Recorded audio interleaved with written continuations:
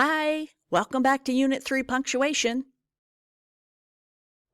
This is Lesson 9, Italics. You'll find this information in your textbook on pages HB 103 through HB 105. Italic type, that's the slanty typeface that happens when you click the slanty eye, tells us to read words a certain way. Think of the difference between the office and the office. One is where you work.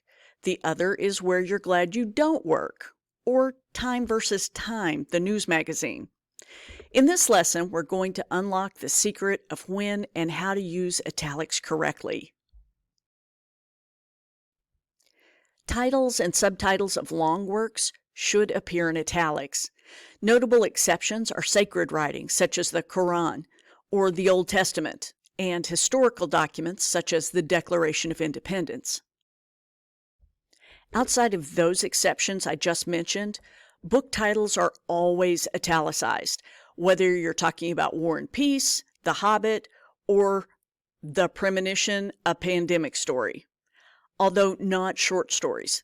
They're enclosed in quotation marks.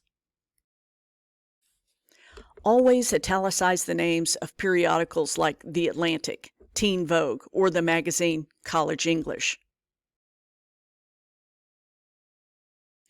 Similarly, the names of newspapers are always italicized, like the Los Angeles Times or the Washington Post, but article titles printed in the paper are not. Plays like Hamlet and 6 Degrees of Separation are also longer works, so italicize their titles as well. Italicize the titles of epic poetry like The Odyssey and Paradise Lost, but not shorter poems.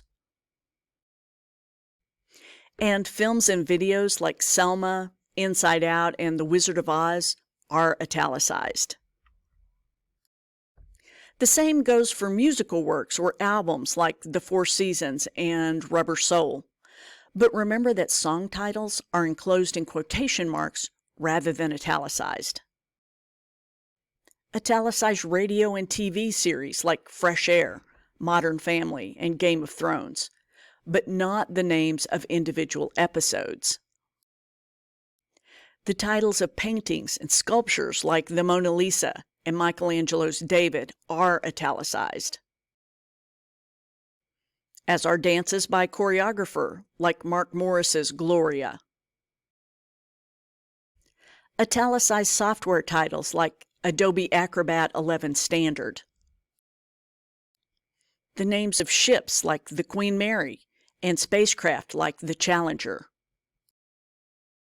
And finally, italicize the names of websites like Salon, Etsy, and IMDb. When you're writing about a word rather than the idea it represents, italicize the word. This William Safire sentence from A Spirit Reborn is a good example of that. In those 236 words, you'll hear the word dedicate 5 times. This is also true for numbers, letters, and symbols as shown here. Most American dictionaries call for 1 T in the word benefited, or all computer codes consist of some combination of zeros and ones.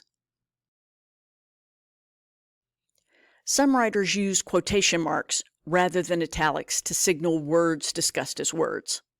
I would learn when I asked some people who didn't show up the next day that definitely attending on Facebook means maybe, and maybe attending means likely not. The key is to carefully consider how you're using a term and then to be consistent with how you identify it, whether that's with italics or quotation marks. Many languages borrow words from one another, and English relies heavily on terms purloined from others. You should italicize words or phrases from other languages when they're unfamiliar. This is a bit of a judgment call, so there's plenty of wiggle room here, but don't italicize a proper noun. Faustian, a concept often associated with Max Weber, is the sociologist's attempt to understand human actions from the actor's point of view. In this sentence, clearly Faustian, is neither English nor familiar to most people. Therefore, you should italicize this German word.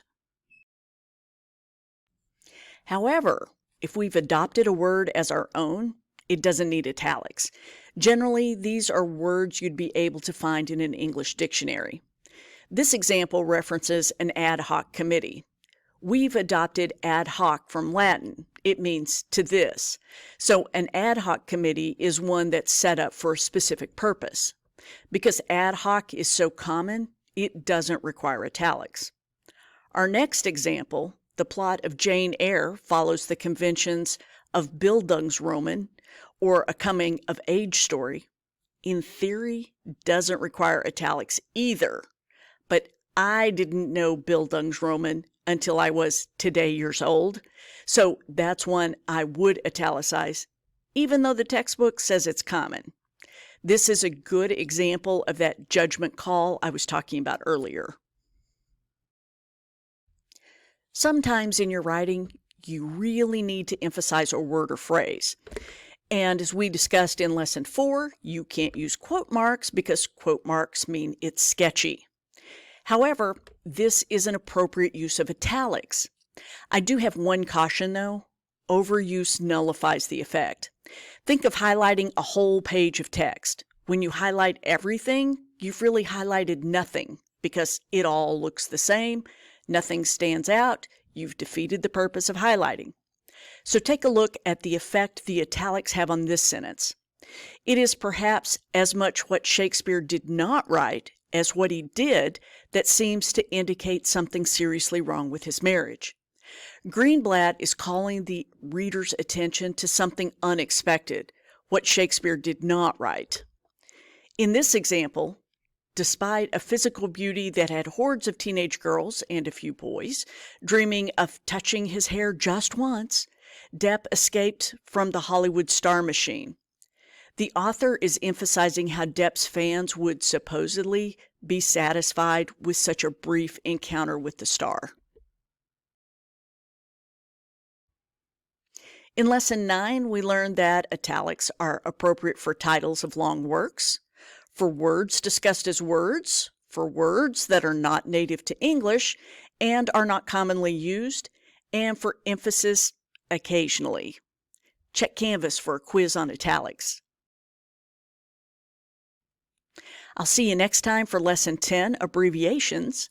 Thanks for stopping by. Let me know if you need help.